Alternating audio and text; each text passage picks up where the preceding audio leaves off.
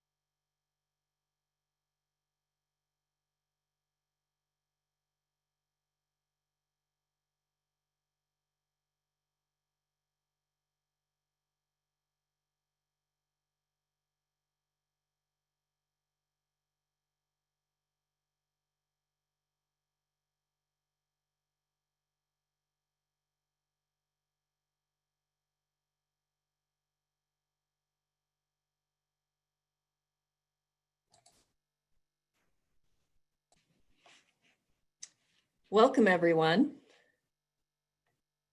I'm Katie Brooks. I'm with the Bend Chamber of Commerce, and I'm glad to see everybody who's attending today on this fabulous sunny day when there's so many other things to do. And I'm looking forward to seeing you all out on the street in the sunshine with your mask tan lines, which is the reverse, evidently, of the winter tan lines, they tell me. So if you're sporting one of those this summer, you're awfully cool to me.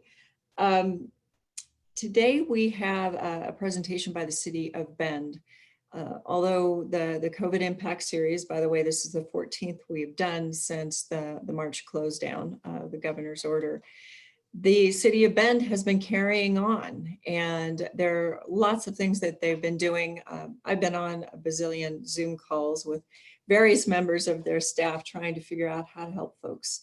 And there's also the addition of the other stuff that they do as part of running the city and keeping on point with the goals of the city council and what the city does for all of us in Bend.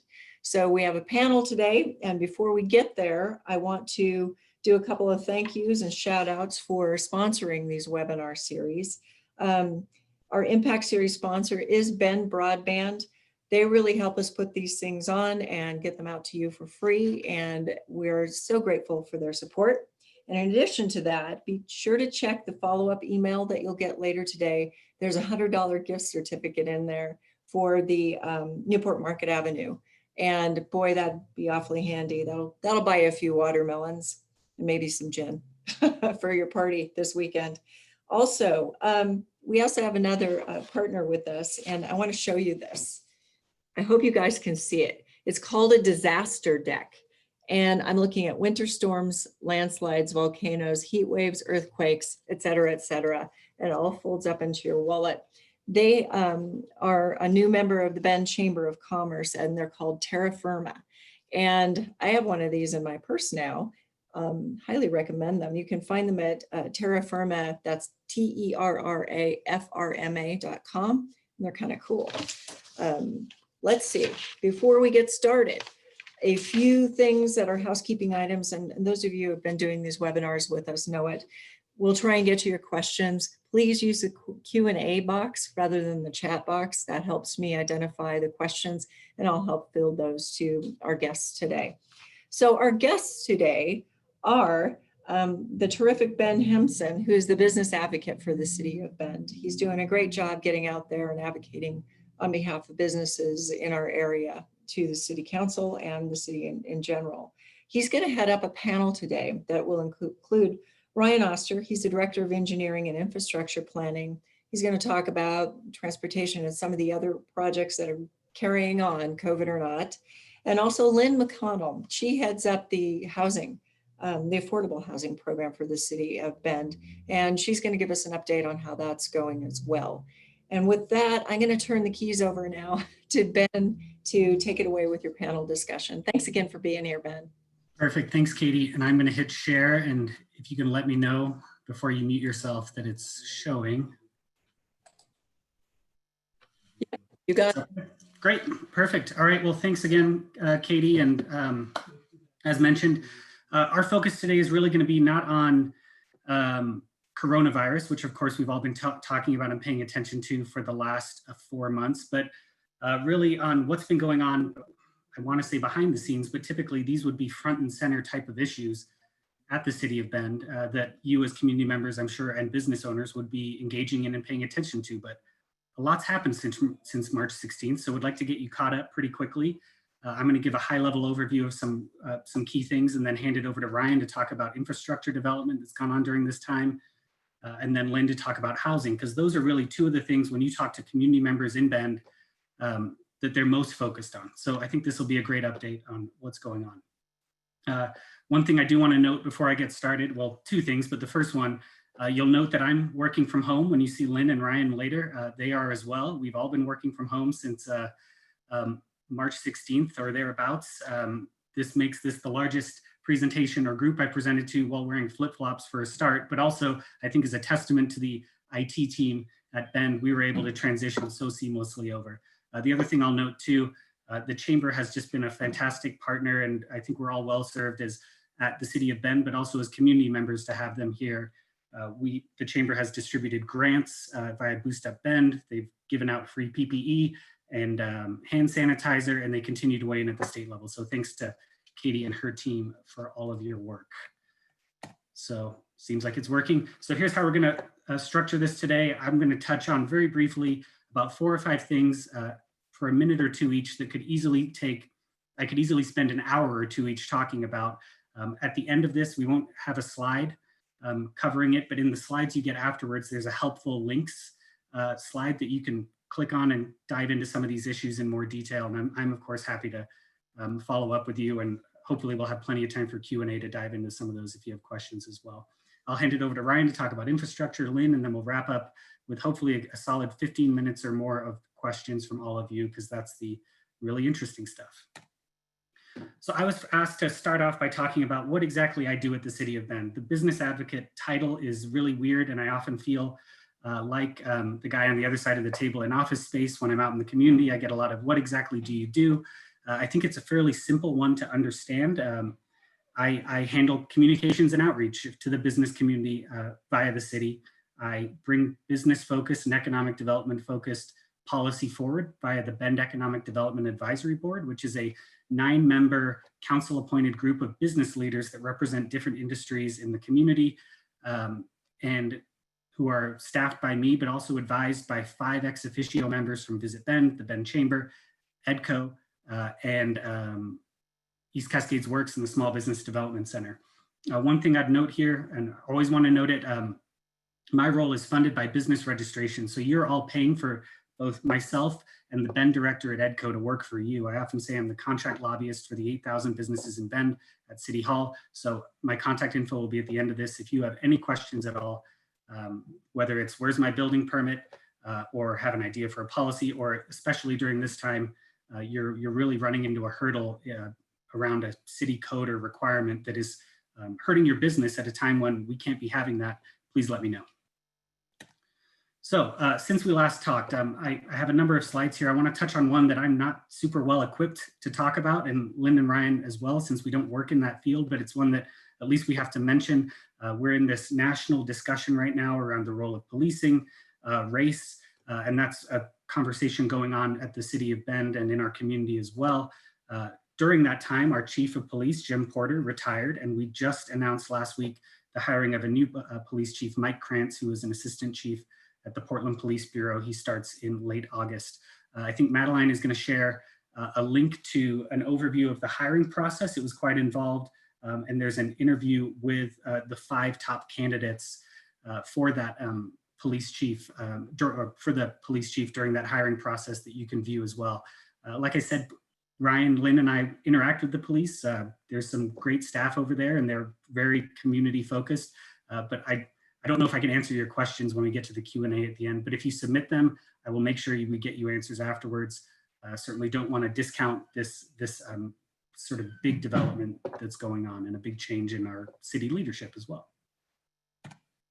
So let's talk about some stuff that I'm at least somewhat qualified to talk about, and that's what's going on in terms of policy that's kind of continued during the last 3 or 4 months. And a big one is determining what the next 20 years of Bend's transportation system will look like. So this has been a 2-year process at the city and really any government agency. You create a plan and then you implement it and then you execute on it, right? And in terms of developing our transportation system plan, these are 20-year plans. So we are at the end of a plan that was approved in 2000 right now, and a group, including Katie and numerous other folks, served on a steering or an advisory committee called the CTAC, the Citywide Transportation Advisory Committee, for the last 2 years, a huge undertaking with consultants and staff and policymakers to really decide, okay, what infrastructure projects on the transportation side will we be building in Bend between 2020 and 2040? What do they look like?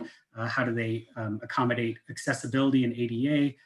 What do they do for bikes and pedestrians and east-west connections and all of that sort of good stuff? And we are at the point now, if you look at the slide, we're shifting from recommend into decide. So next Monday, the Planning Commission and the City Council will be meeting at 5:30 to have a work session to really start hashing out this draft plan that the numerous hours and hard work of city staff, but also many community volunteers created. So something to watch. As you can see, many people participated, and what kind of blows my mind about this is, of course, we can think back to 2000 in Bend and how different Bend is in 2020. But right now we have about 100,000 people living in Bend. By 2040, we're probably looking at about 153,000 and 85,000 jobs. Right now we have about 85,000 jobs in the county as a whole. So imagine all those jobs in Redmond, Sisters, Lapine, in the county shifting into Bend. And of course, they're going to keep growing. What does our transportation system look like? That's going to be a really important thing as we figure out what gets built moving forward. The key question whenever you talk transportation is, how do you pay for it? This was a key topic before mid-March when everything changed.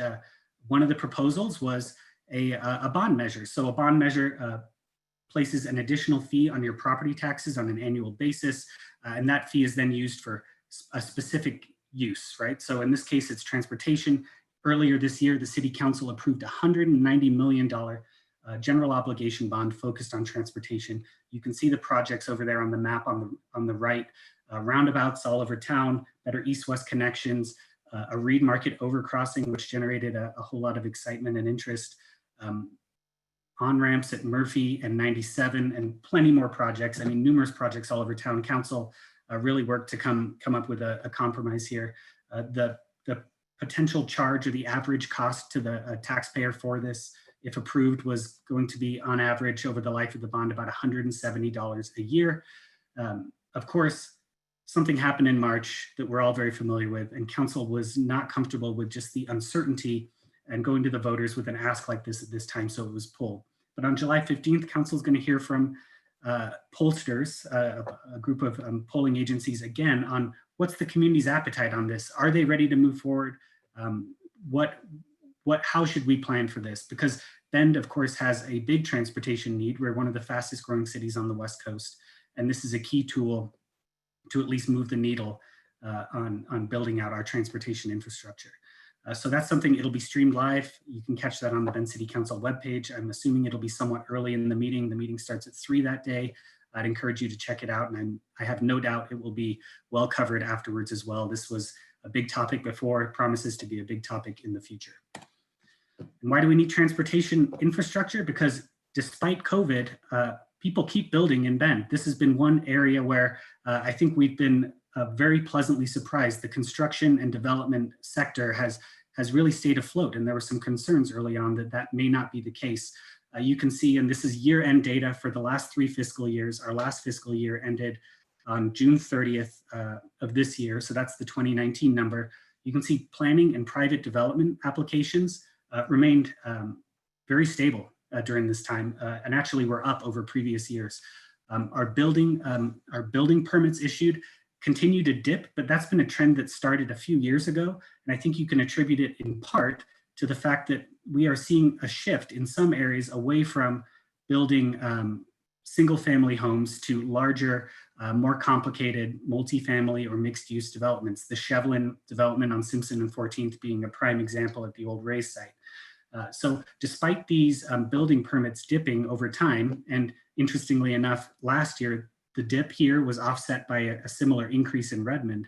But despite this decrease over time, we're seeing more units built on what you could call, I guess, a per permit basis. So council set a goal at the beginning of their goal cycle in beginning of 2019 to permit or have in the pipeline 3,000 units by the end of the next 2 years. That's about 50% more than we typically see in a 2-year span. And we're on track for that right now, which is exciting. Housing, of course, as Lynn will touch on later, is a huge need in the community, and we're moving forward in that direction to 3,000 units in our permitting or approved or constructed timeline in that 3 years. So I talked a little bit about dense development, multifamily. An area where we have to pursue dense development is in our core. We're pursuing a tool called Urban Renewal right now in what's often called the Bend Central District. Urban Renewal, really tough to describe in a minute or two, but I'll try. Essentially, you draw a line around a certain district and you freeze the tax base in that area. So if that area, for example, was paying $10, that $10 would continue to go every year for property taxes to parks, the schools, the city, the county, the library, COCC, all of the taxing districts. But as you're freezing it in year 2 or year 1, when the tax base increases, that additional increment, so say you're getting 11 years in year 1, that additional dollar is then funneled via the Bend Urban Renewal Agency into development projects in that designated area. So you can imagine over time, on a much broader scale than $10 and $11, you generate some pretty significant funding that you can build infrastructure, you can assist in development of affordable housing, you can build parks and open space, and really foster development that the market as on its own may struggle to achieve, right? This has been very successful in Bend at least once before. Downtown district was really revitalized in the 90s via urban renewal using this tool. Other notable efforts like this, the Pearl District in Portland on a much, much larger scale is an urban renewal district that really turned an old warehouse district into those gleaming skyscrapers that we're familiar with. I want to be clear, this will be Bend style densification. You're not going to have a Pearl District sitting right next to downtown. I know that makes certain folks a little queasy. So in mid-August, Council is set to discuss and move forward on potentially approving this urban renewal area. They've heard numerous work sessions about it, really one to look forward to and watch. And I have some links, as I mentioned, that you can check out there if you want to see what the potential urban form of that area will look like over time.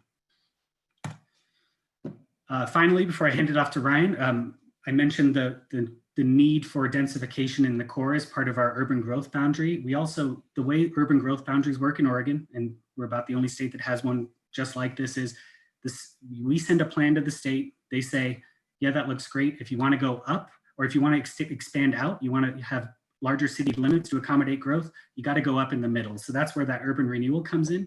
But we're also looking at expanding out. So this plan and those highlighted yellow areas are areas that we would be annexing into the city of Bend in the coming years or months in some cases, as we pursue that expansion out. And each of these have to have what's called a master plan. So along with the state saying you can go out, they also say you have to have this much housing, this much commercial, this much industrial. How are you going to accommodate jobs and housing growth in those areas? So we have approved via master plans, which are plans really just approved by or created on the private side by a limited number of stakeholders that have essentially control of much of the site. So site 10 up in the right, that's the northeast corner, or sites 16 and 17 on the west side. Those were both master planned. The private sector owned, or a private developer or a consortium of private developers owned most of that land themselves, and they were able to figure out who put what where, who built what roads, who built what sewer, and then move forward on development. That happens pretty quickly because you have a few people around the table, they bring the proposal to the city, and then you begin negotiations and ultimately end up hopefully being approved. 10 and 16, 17, the west side and the northeast corner were both approved fairly recently and are actually in the development process right now, with hopes, I think, on both sides, in both cases, to be either under construction late this year or in 2021, which is very exciting. Item 12, which is called the DSL property on that key up there, that's also a significant portion of that was just bought by a private developer with the same potential to move forward. The other avenue you can go down here, if you have not a few large landowners, but a number of small landowners, that is what's called an area plan. And that's really a city initiated plan where the city moderates and mediates this discussion with the landowners to figure out who gets the industrial, who gets the commercial, making sure it's an equitable discussion around, who's getting part of a road, making sure if I live in the southeast area, I don't just get a road on my property and no saleable land versus my neighbor getting a big chunk, right? So this has been a long process. We're actually moving toward the end right now. And there are numerous infrastructure requirements with this. And I think it's best to hand it over to the expert here for this one. I'll transition to Ryan now. Perfect. Thank you, Ben. So just to introduce myself real quick, my name is Ryan Oster. I'm the Engineering and Infrastructure Planning Director. So it's basically, we do all the capital projects in the city of Bend. So all the road closures and everything is predominantly my fault. So I apologize ahead of time. But as Ben talked about, we are also very involved in any master plans, area plans. And when we say master plans, that also includes looking at our infrastructure. So besides the transportation system plan update that's going to go back here in front of council, we're also in the middle of a water master plan update to try to forecast and accommodate the next 20 years of growth. And we're going to kick off with another collection system master plan update next year at this time. So we've got all that work going on as well. And we'll likely have some citizen and advisory committees to participate in that as well. So, but diving into specifically, if you want to go to the next one, Ben, the Southeast Area Plan. So as Ben said, this is one that there's a conglomeration of owners.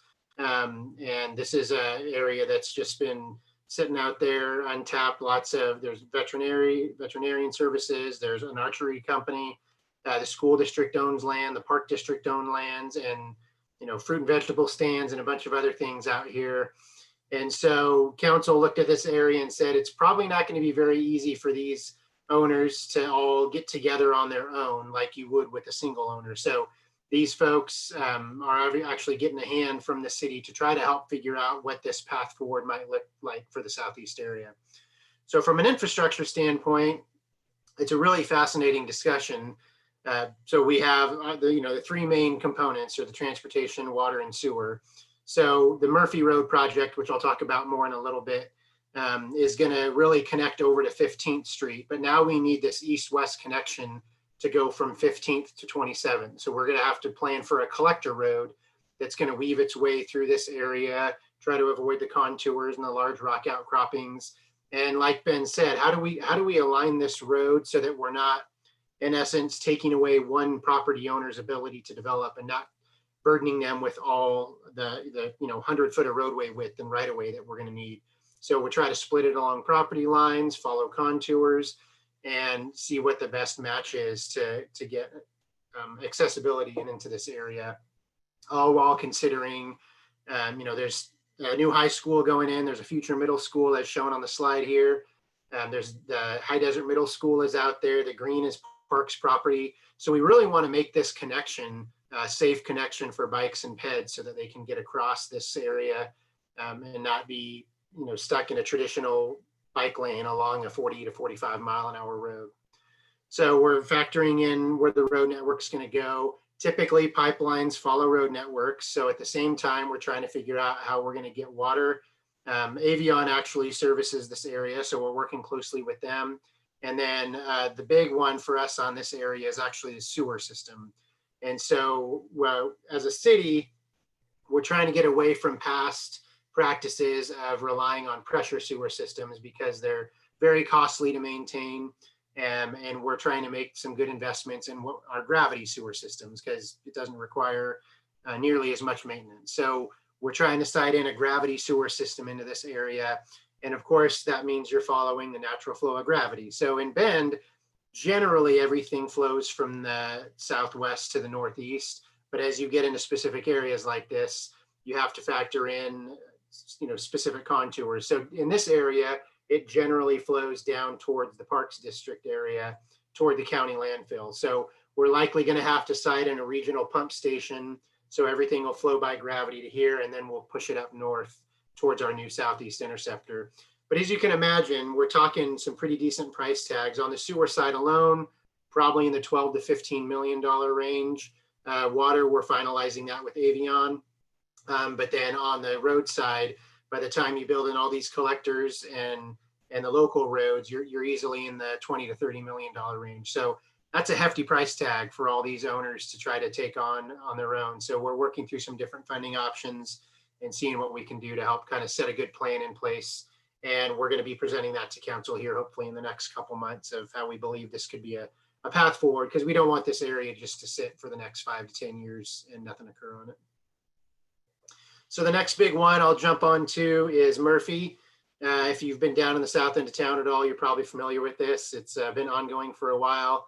So the green area that you see on the left side of your screen is a joint project we did with ODOT a few years back, where we built a partial part of the system that's going to do the connection on a Highway 97. And then we built all the way over to Pine Brook, and we got some roundabouts at 3rd and 97, or 3rd and Murphy, Peril and Murphy, and then over on Brookswood and Murphy.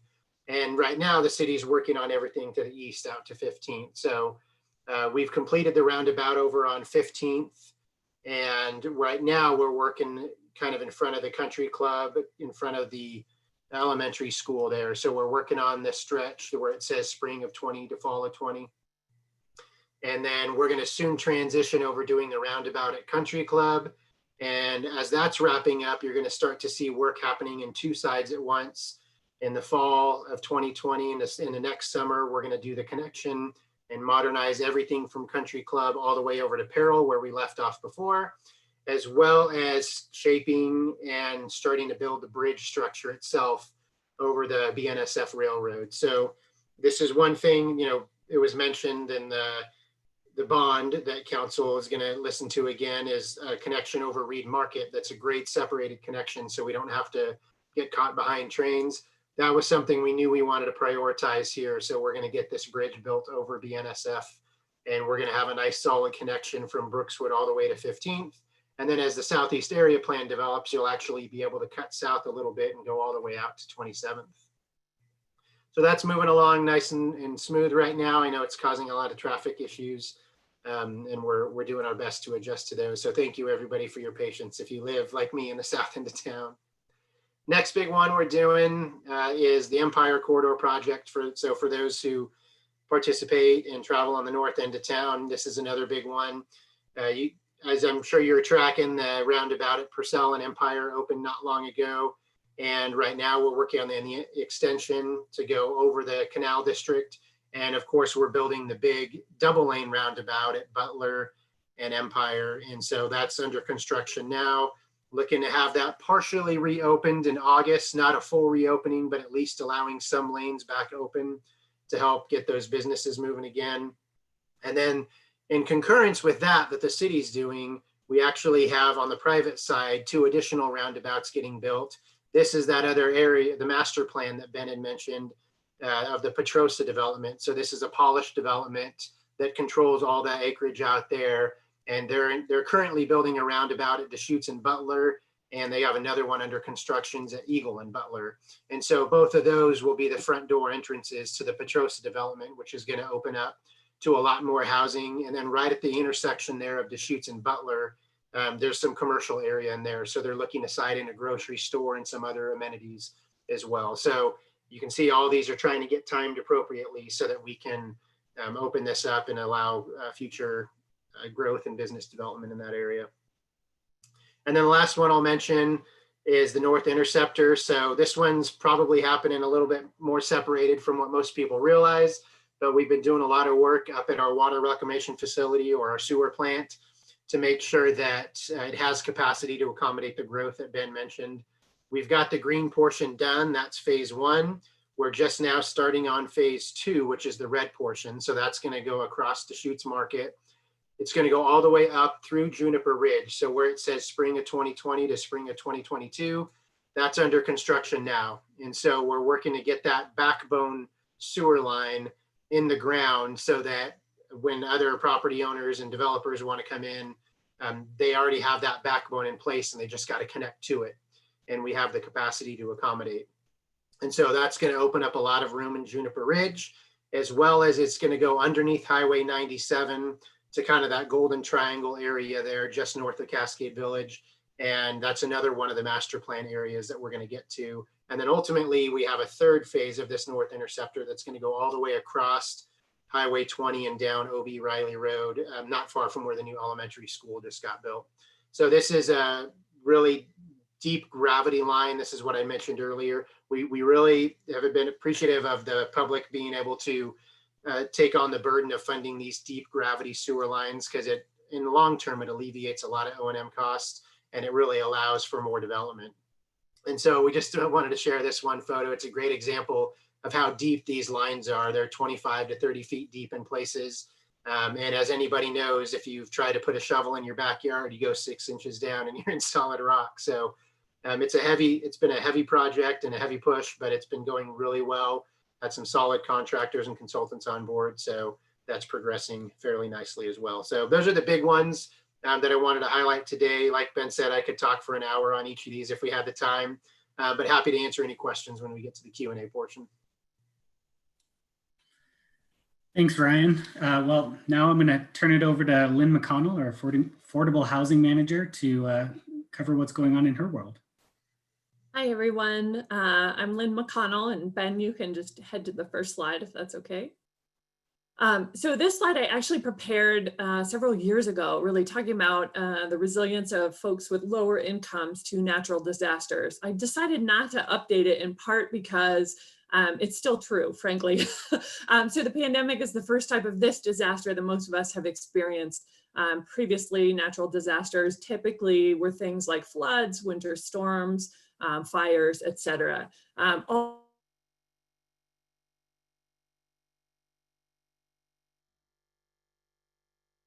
This is something that keeps me up at night pretty frequently. How can we care for the folks who are stuck in these horrible situations right now, along with all of us?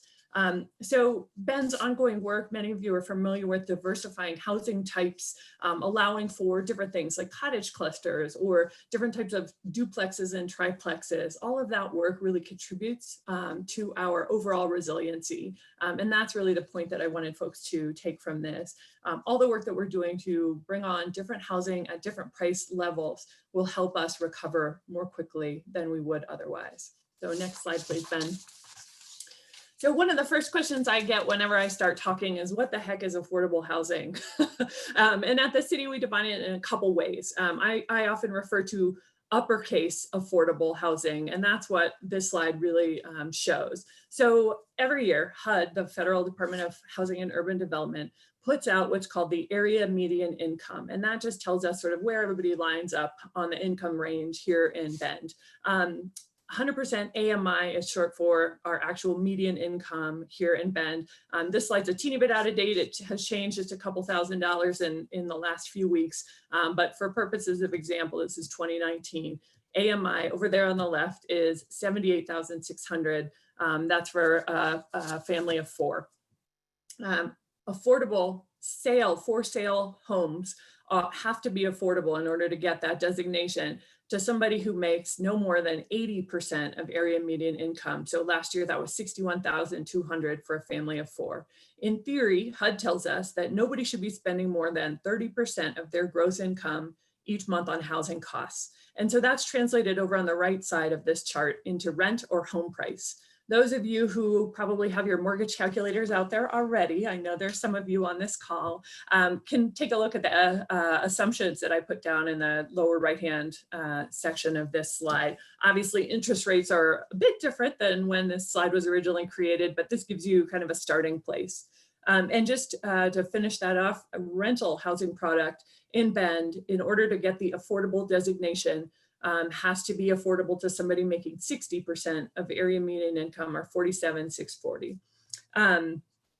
Something also to note out of this slide is, where do our essential workers fall here in this slide? And many of them really are below 80% or 60% of area median income. And these are the folks who are really, many of them are keeping us alive as we are able to transition to different working environments and figuring out what our new reality looks like.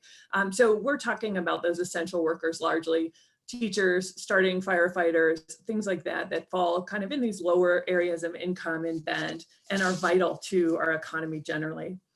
So what happens if you're paying more than 30% of your gross income each month towards housing, whether it's rent or for sale product? That there's a term for that called rent burden. Anyone who's paying over 30% of gross income each month is rent burdened, whether or not you're a homeowner or a renter. Oftentimes what we hear discussed is the term of house poor. If you have purchased a house that's maybe a little bit more than 30% of your income each month, you might be calling yourself house poor. Same conditions exist. And severe rent burden is for folks who are paying more than 50% of their gross income each month.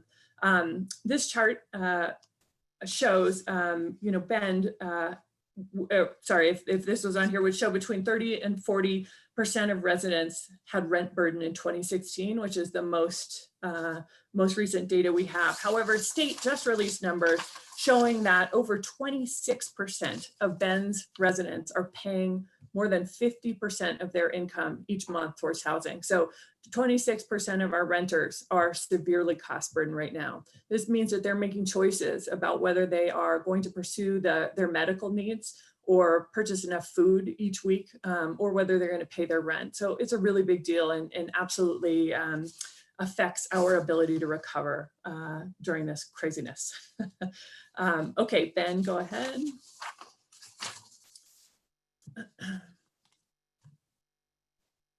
So next slide is titled Housing is the Business Cycle. This is actually the title of an article written by an economist in UCLA, from UCLA. And housing is absolutely tied to our business cycle generally. That was very, very evident during the last recession, where housing was largely the cause of the downturn. This time we are set up very differently. We don't have the oversupply that we did going into the last recession. And so the effect of housing is going to be very different. But we know, there's been a huge loss of construction jobs during the last recession that really in Bend has not quite come back to where it was in 2006, 2007 levels. And so loss of construction jobs is another thing that keeps me up at night. We know that housing is very tied to supply and demand, right? We all remember this maybe from our high school classes and in economics. It's a very basic term. If there's 10 people who want 5 homes, the people who are going to get those 5 homes are the ones who can pay the most for it. That's exactly what we're seeing in the Bend market right now, is escalating prices because we do not have enough supply at the price points that people want.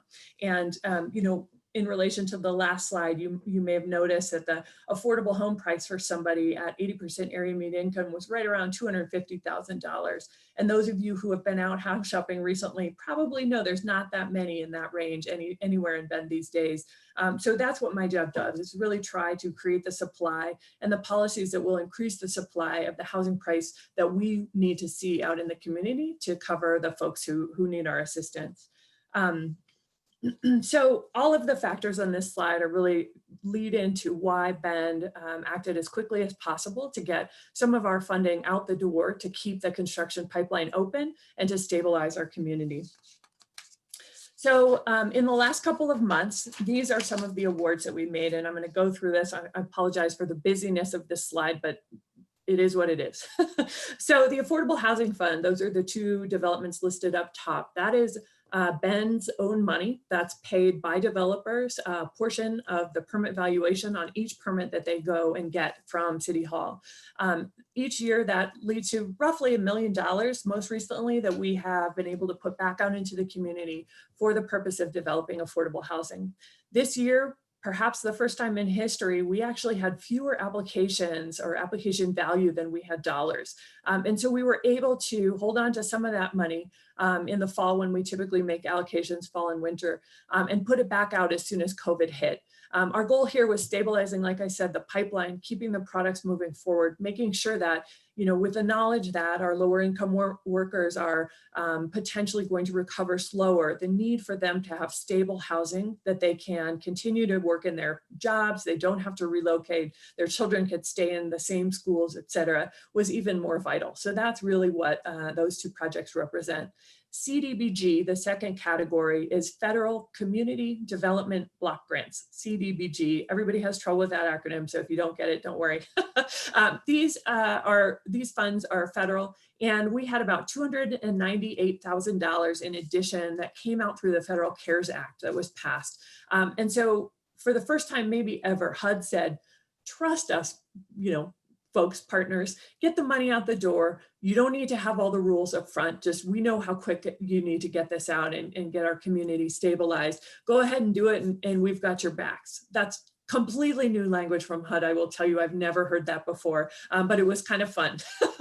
So we put out a competitive request for proposals for the $817,000 that we received. Some of that was repayments of loans for developers who we had worked with in the past. Typically that is issued in the form of loans so that we're able to recycle that money back out again and again.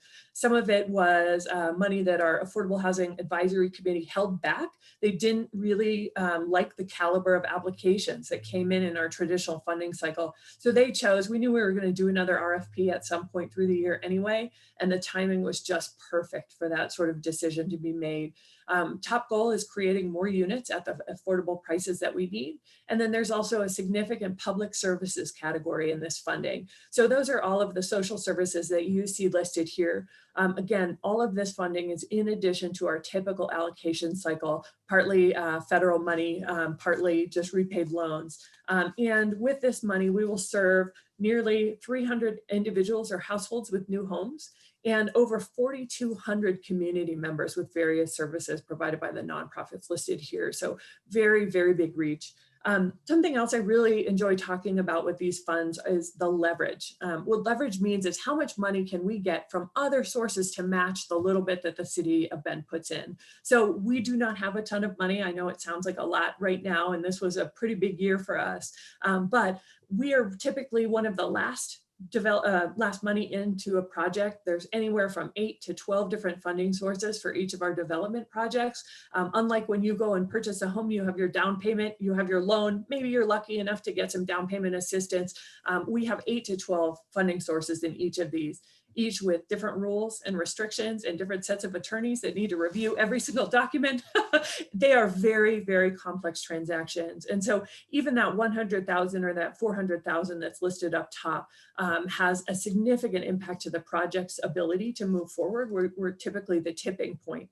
And those two projects up top, because I have those numbers handy, the 500,000 that the city of Bend is contributing is bringing in approximately $80 million to our community to help us employ folks, also subsidize a variety of different services that you all rely on as well. So also I wanted to mention, I guess, the photo up in the upper right, hopefully you've been noticing some of the ones I've had up throughout. That is Putnam Point in downtown Bend. That is all affordable housing. If we're doing it well, you won't know that it's affordable. Next slide, please, Ben. So wanted to quickly focus on a couple of projects that are in the works. This one is Stillwater Crossing. That's the award that was mentioned on the previous page under Affordable Housing Fund. This is 240 units going in the Murphy refinement area, which is between Murphy Road and Ponderosa in Southwest Bend, adjacent to the Parkway. This will be the largest affordable housing development in Bend by a national builder of affordable housing who chose us because of our our climate and our need for affordable housing is so acute. So this one will break ground hopefully in September, possibly October, and you'll see this coming up. Really wonderful community amenities as part of it, and stable housing for those 240 households that desperately need it. Let's see, I think that's all. The units will come online with that one in June 2021, the earliest phase.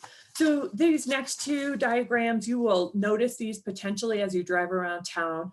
The one on the left is called Phoenix Crossing. That is directly across from our police station on 15th. And if you have visited Lava Lanes recently, you've driven right through the middle of the parcel that this will end up on. It's almost unnoticeable that it's even, you know, potentially buildable. This was a city surplus lot that was surplused back in 2015. So this one's been a long time coming, and it's going to be mixed use development with commercial on the bottom floor and 24 units up above. Very, very excited to see this one go forward.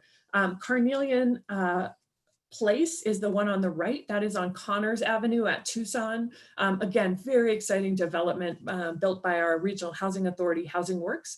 Mosaic Medical will be on the ground floor of this, and that office will be open to anyone in the community who needs medical services with affordable housing up top. That's, I believe, 48 acres.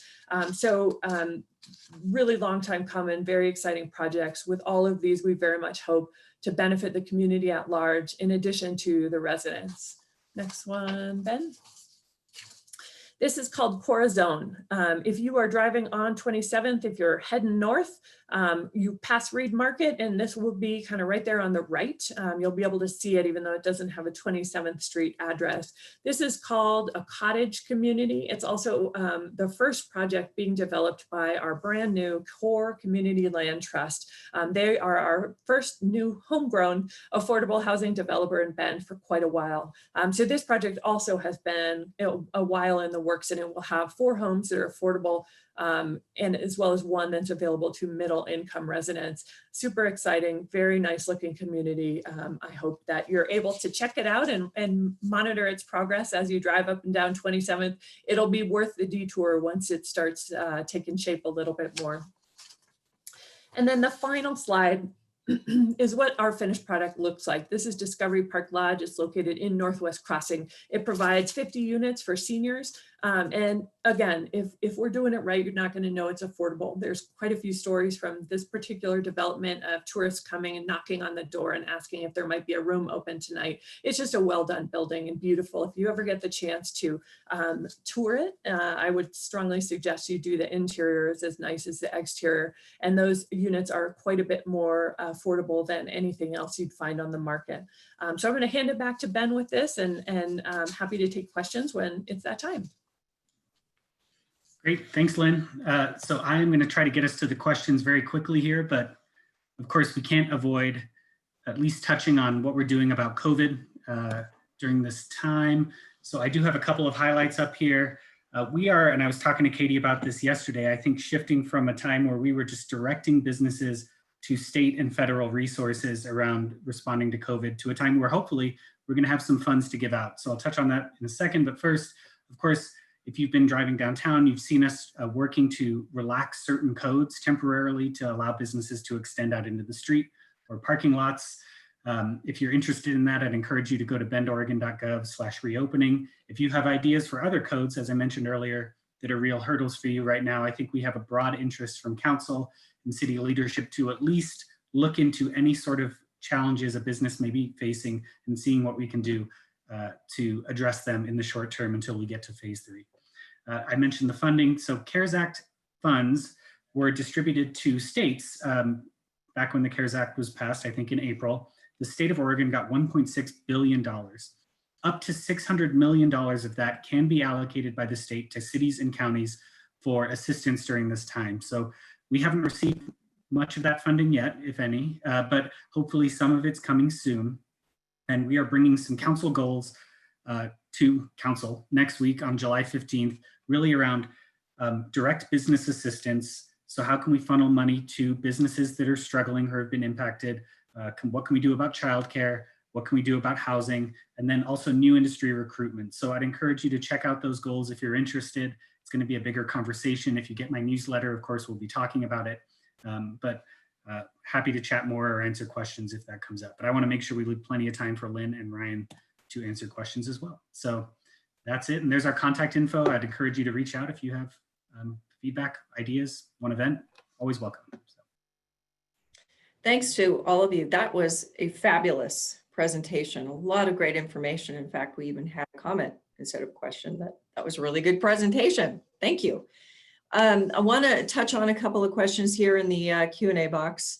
First of all, some concerns around growth, but more specifically around, I think this was occurring when you were talking about the South area, Ryan. So let's put this first question to you. How does the water district get compensated when such large tracts of land are put in? How does that all work? Sure. Yeah. So even though that's an Avion area, I'll just use the city as an example. Everybody that gets water service from the city of Bend pays your utility rates every month. So a portion of your utility rates goes towards the operation and maintenance costs. So our guys to keep the system compliant and up and running and consistent. So every time you turn the tap, you get water. And then additionally, whenever new development comes in, they pay what's called a system development charge. So they have, even down to an individual home, they pay a system development charge to the water system. And that also helps supplement our ability to build things and get it closer to the front door. So it's a combination of ongoing monthly utility rates and then charges that we have and fees for developers as they come into the city. Great. Quickly, any updates to the Drake pump station upgrade?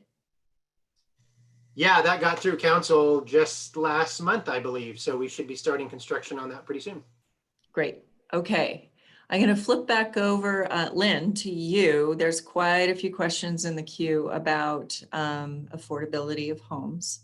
So can you there's a question about how do you ensure that builders can keep the costs down to the end purchaser? Do you want to go over what some of the costs are in a normal housing development? That's a bad word for it, but a regular housing development that doesn't have the moniker of affordable as opposed to affordable.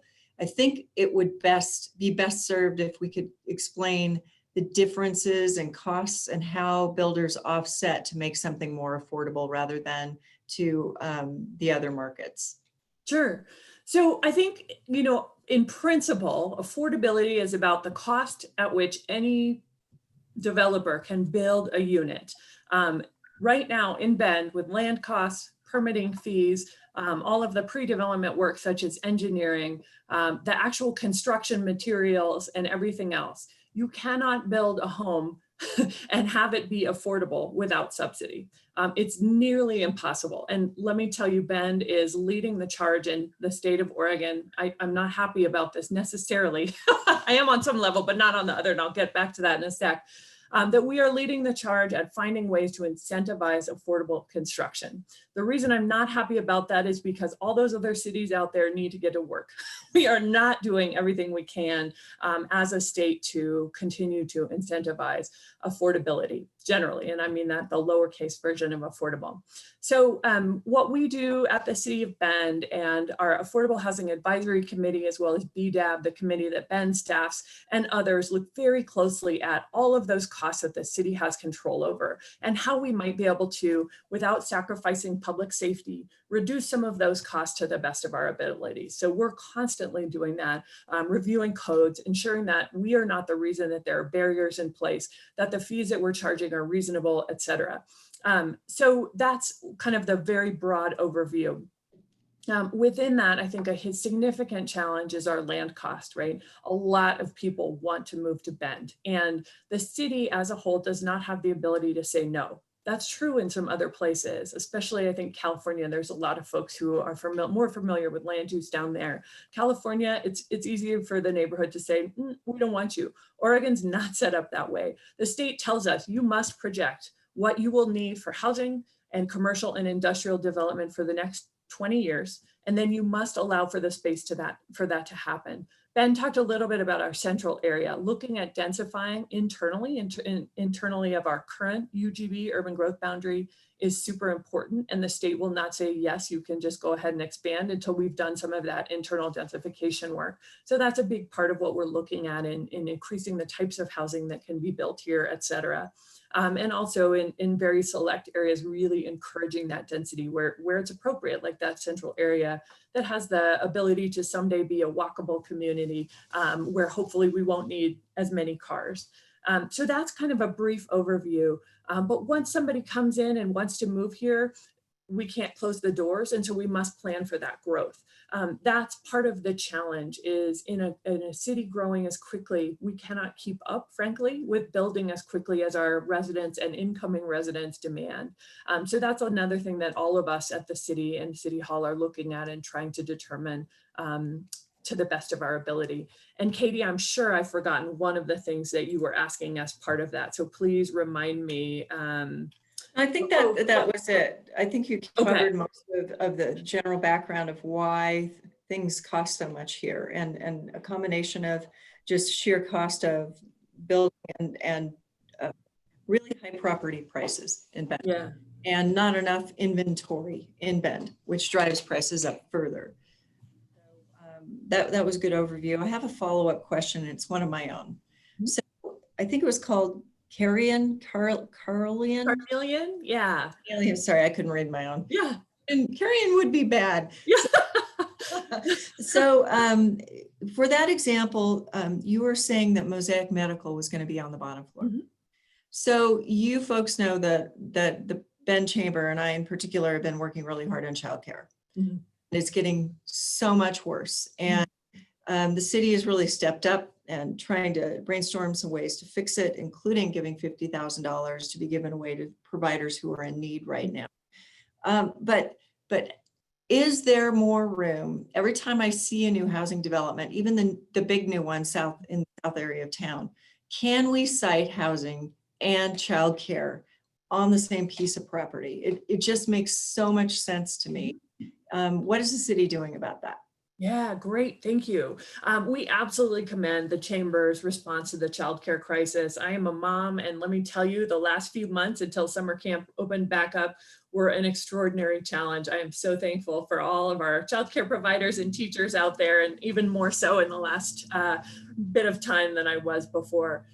So definitely possible to co-locate affordable housing and childcare. And that's something that I think I mentioned to pretty much everybody I talk to who may have space for that. So we're working with folks on that type of thing, just as it's very intimidating for somebody who's never built a house to go forth and figure that out.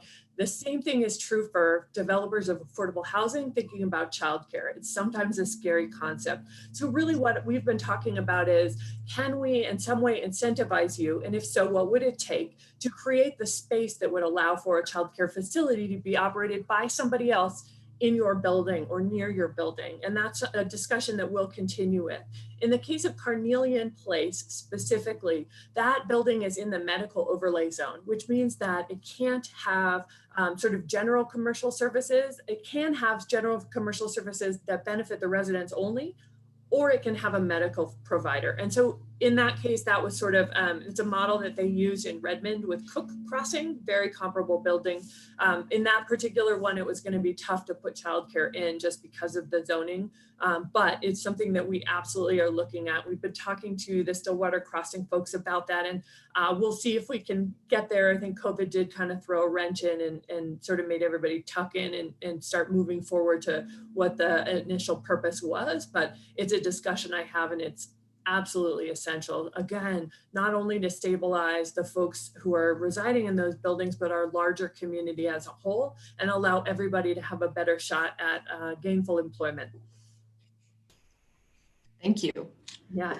Ben, I'm gonna toss the next question to you. Somebody's asking about the barriers to opening more street and parking spots for outdoor dining. The sidewalk relaxation is great, but it is a bit crowded. People are getting a little bit close. Is there any talks about closing down a street and making it a little bit more outdoor space, not only for dining experiences, but moving about the world Yeah, it's a good question.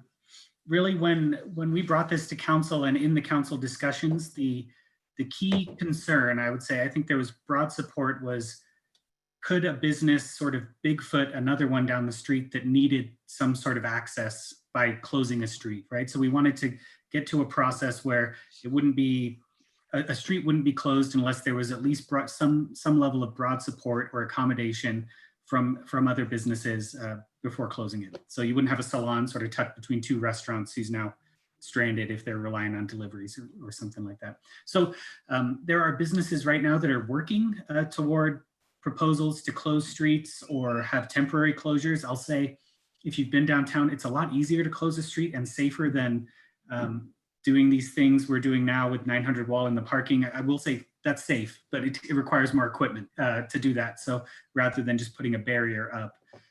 So I think we'll see more of that.